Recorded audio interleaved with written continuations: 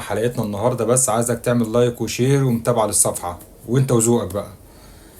وتعالى لي انت بقى كده يا زملكاوي اللي عمال تصيح من امبارح انت مالك انت ومال ضربات الجزاء ومالك ومال المصري اللي يضرب الجزاء وما يعملوش ضربة جزاء. ما تخليك في حالك يا ريس. ده انت اكتر نادي تاخد ضربات جزاء. وبعدين فين ضربة الجزاء دي؟ فين ضربة الجزاء؟ الكرة فاول. الكرة فاول ولا انت بتبروز بس اللي انت عايزه؟ تقطع الحتة اللي انت عايزها بس. يعني انت قطعت الحتة بتاعت مسكة الشناوي، ما جبتش بقى الحته اللي قبليها بتاعت الفاول بتاعت يحيى عطيه الله.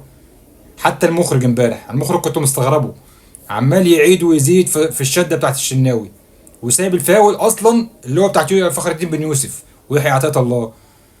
هو ده بالظبط اللي الزمالك بيعمله واعلام الزمالك، يبروز لك الحته اللي هو عايزها. يعني يبروز لك اللي هو عايزه بس، لكن ما يجيبش بقى المشهد من اوله. اهو يعني انت عندك كده اهو زي ما انت شفت كده. انت لو شفتها كده هتقول لك ضربه جزاء. انا امبارح طلعت لما شفتها كده قلت ضربه جزاء، قلت يا جدعان الزمالك ليه ضربه جزاء. لكن نرجع بقى بالمشهد من اوله. فاول فاول واضح ليحيى عطيه الله. فخر الدين بن يوسف مديله كتف مطيره اهو زي ما احنا شايفينه. المخرج بقى ما جابش كل ده. حتى المخرج يعني جاب لك اللي هو ايه، الحته اللي مسكت الشناوي، وعمال يعيد لك امبارح فيها ويزيد فيها. هو ده اللي الزمالك بيعمله بالظبط، يبروز لك الحته اللي هو عايزها. تعالى لي بقى كده، هجيب لك انا بقى زي ما احنا شايفين كده اهوت شد من دونجا ضربة جزاء. يعني ده ضربة جزاء للعمى.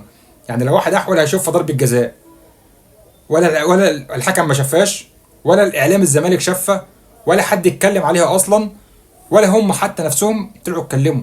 عادي طالما للزمالك، طالما على الزمالك خلاص قشطه يا عم مفيش حاجه، ماشي. بلاها دي. وبرضه كانت مع المصري، يعني الصدفه كانت مع المصري برضه، حتى المصري ما اتكلموش. يعني المصري ده بيصيح مع الاهلي بس. يعني هي كل انديه مصر بتصيح بتصيح مع الاهلي بس، لكن مع الزمالك ولا سمعنا حسون في الكره دي. تعال اوريك حاجه تانية. الكره دي اللي انتوا شايفينها دي اغرب قرار تشوفه في حياتك. الكره ديت اتحسبت طرد على حسام حسن. اه والله زي ما بقول لك كده. يعني حسام حسن اللي اتطرد عشان وقع، وبرضه محدش طلع يتكلم. يعني الراجل محدش طلع يتكلم من نادي الزمالك. هو الاعلام ما بيتكلمش غير مع الاهلي بس.